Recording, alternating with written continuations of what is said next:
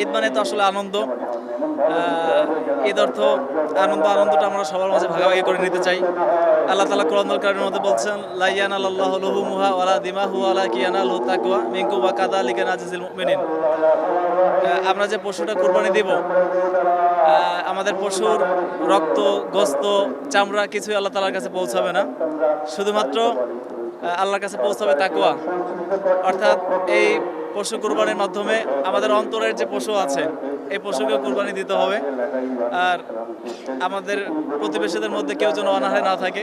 যারা কুরবানি দিবে তাদের কাছে আমি আহ্বান করব, আপনারা যারা কুরবানি দিবেন, গরিব দুঃখীর যে ভাগটা আছে, প্রতিবেশীর যারা আপনাদের বাসায় অনেকে লজ্জায় গোশত নেওয়ার জন্য আসতে পারে না, অনেকে লজ্জায় আসতে পারে না।